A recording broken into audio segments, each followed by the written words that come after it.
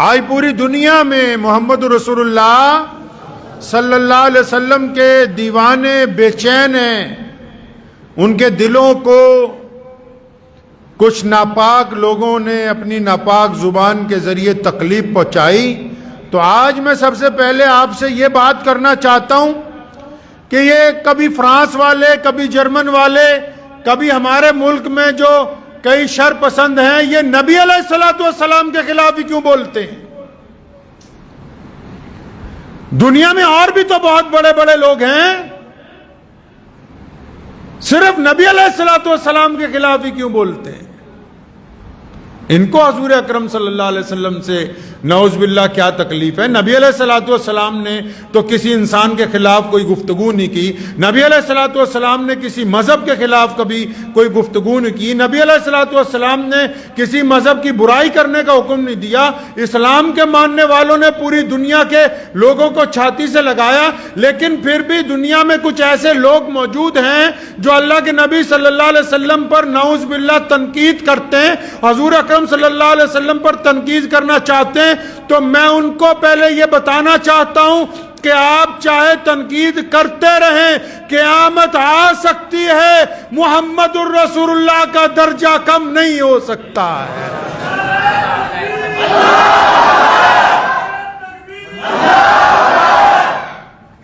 اور اگر اتہاس اٹھا کے دیکھ لو، ہم بڑے فخر سے یہ بات کہتے ہیں،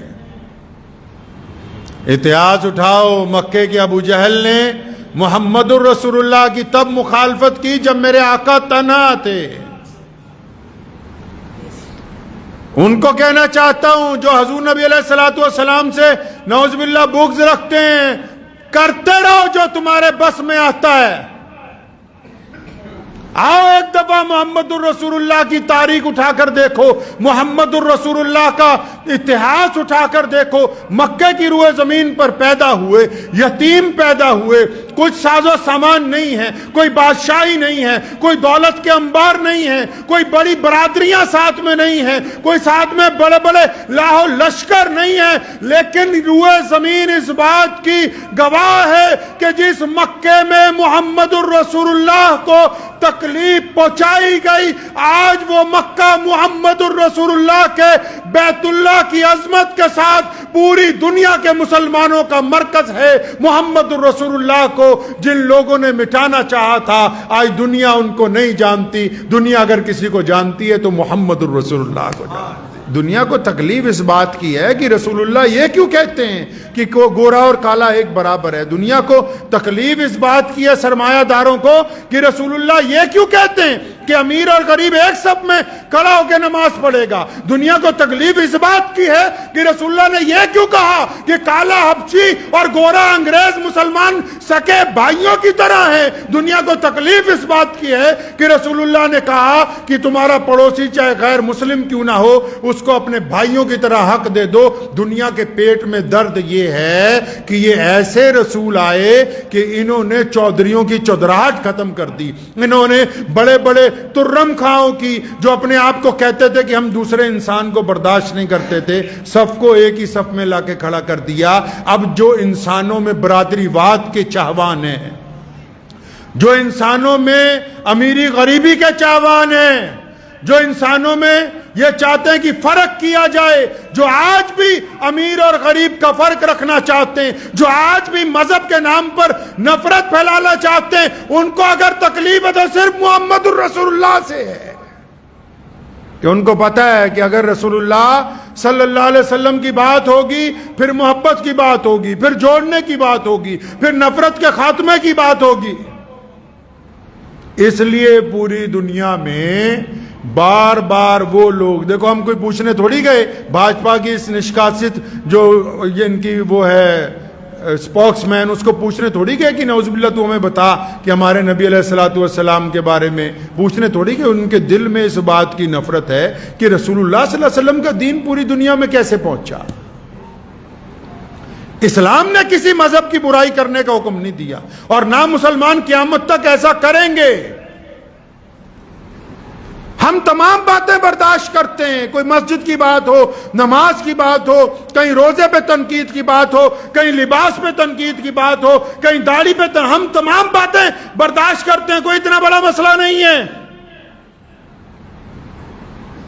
وقت ہے، سرکاریں ہیں، آتی ہیں چلتی رہتی ہیں، اپنے اپنی باتیں کرتی ہیں، کوئی بات نہیں، لیکن پوری دنیا کو ایک بات سیدنا ابو بکر صدیق رضی اللہ تعالیٰ عنہ نے رسول اللہ صلی اللہ علیہ وسلم کی وفات کے فوراً بعد بتا دی تھی کہ تمام باتیں برداشت ہو سکتی ہیں، محمد رسول اللہ صلی اللہ علیہ وسلم کی شان میں بے ادبی برداشت نہیں ہو سکتی۔ اور میں یہ بھی بتانا چاہتا ہوں اپنے غیر مسلم دوستوں کو کہ ہم جو مسلمان ہیں ہمارے پاس ساری چیزیں پوری نہیں ہیں بھائی۔ ہماری نماز اتنی اچھی نہیں ہے کہ ہم سمجھیں ادھر پڑھی ادھر قبول ہو گئی، ہمارے روزے بھی اتنے اعلیٰ کوالٹی کے نہیں ہوتے کہ ادھر رکھے ادھر اللہ کے حضور قبول ہو گئے۔ ہم زکوٰۃ دیتے ہیں، پتہ نہیں پوری ادا ہو پاتی ہے کہ نہیں ہو پاتی، داڑھی پتہ نہیں رسول اللہ صلی اللہ علیہ وسلم کے طریقے پہ پوری چلتی ہے یا نہیں چلتی۔ اگر ہم سنتوں پہ آ جائیں، اگر اسلام کے طریقے پہ آ جائیں تو ہمارے پاس سب کچھ پورا نہیں ہے۔ ہم خود مانتے ہیں کہ ہم گنہگار ہیں، ہم خطا کار ہیں، ہم سے لغزشیں ہوتی رہتی ہیں، لیکن اتنی خطاؤں اور غلطیوں کے درمیان اگر دنیا کا کوئی بدترین دشمن یہ سمجھتا ہے کہ وہ محمد الرسول اللہ صلی اللہ علیہ وسلم پر نعوذ باللہ تنقید کرے اور مسلمان خاموش رہے تو قیامت آ سکتی ہے، ہم ہر چیز قربان کر سکتے ہیں، محمد الرسول اللہ کی عزت کا سودا نہیں کر سکتے۔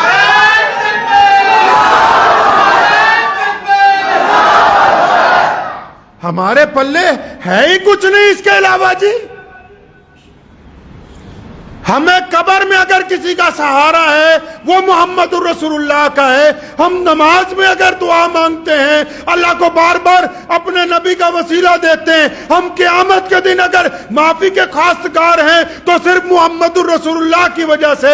ہم اگر اللہ سے صحت مانگتے ہیں، اللہ سے دعائیں مانگتے ہیں، ہمارے پاس محمد الرسول اللہ کے علاوہ ہے ہی کوئی نہیں بھائی۔ اور تم سوچتے ہو کہ ہم سے نعوذ باللہ ہمارے نبی کی ناموس عزت چھین لو گے تو اپنے دماغ سے خام خیالی نکال دو۔ پوری دنیا کا کفر بھی اگر ایک طرف ہو جائے، پوری دنیا کا کفر ایک طرف ہو جائے تو ایک ایمان والے کے، سنگل ایمان والے کی رگوں سے محمد الرسول اللہ کی محبت تم نکال نہیں سکتے۔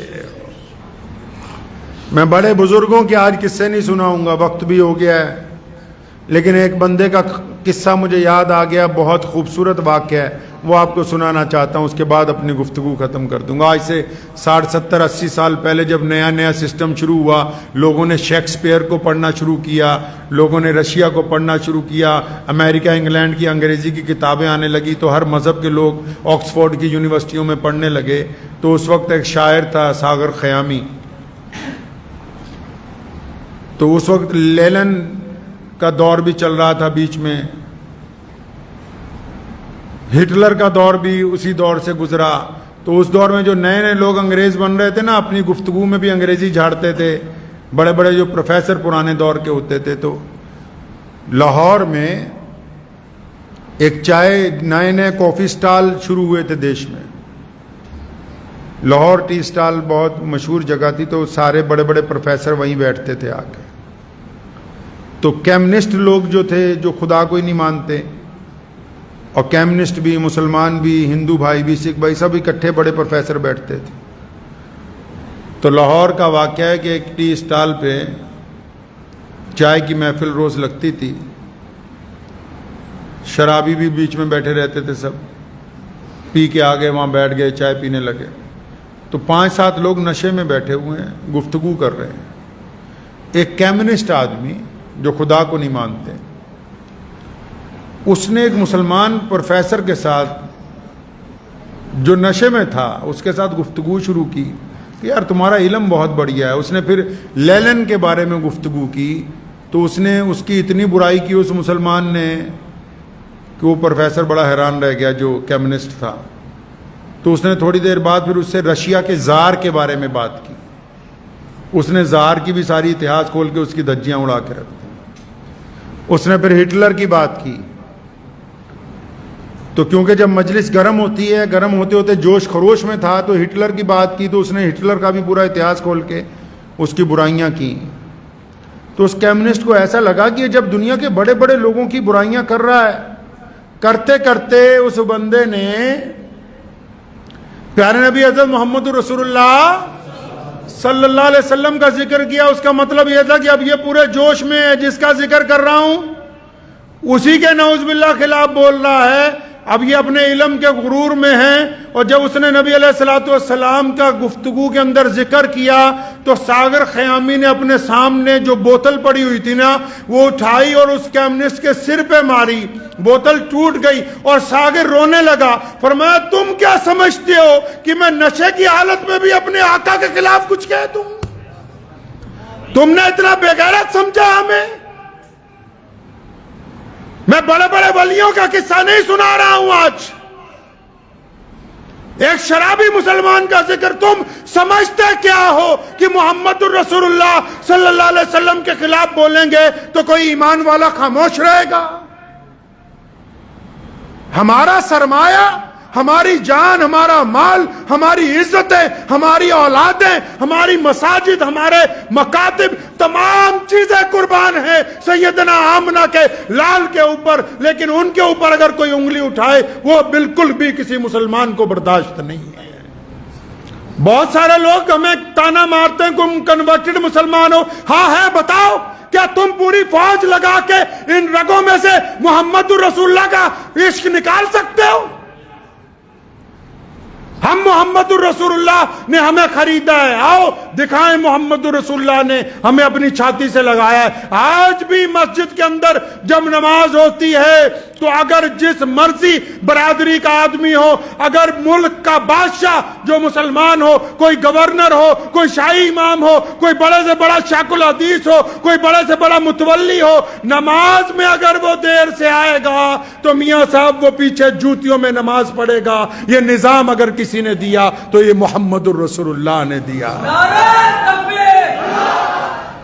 اور ہماری تاریخ اٹھا لو، رسول اللہ سے لے کے غازی علم الدین تک ہماری تاریخ رسول اللہ صلی اللہ علیہ وسلم کی شان میں قربانیاں دینے کے لیے، رسول اللہ صلی اللہ علیہ وسلم کی عزت کے لیے قربانیاں دینے کے لیے ہماری تاریخ سنہری تاریخ ہے، لبریز ہے.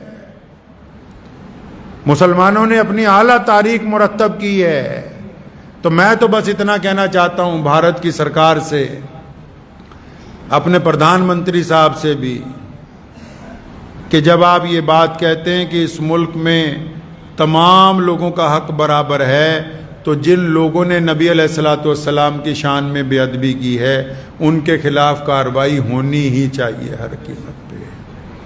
ہم لوگ عربوں پر نہیں اتراتے. میڈیا کو کہنا چاہتا ہوں کئیوں پہ لکھا بھی باہر کے ملکوں میں احتجاج ہوا تو شاید مسلمانوں کو کوئی سپورٹ مل گئی. نہیں، محمد رسول اللہ کی شان و عظمت کے لیے ہر جگہ کا ایک ایک ایمان والا ہی کافی ہے.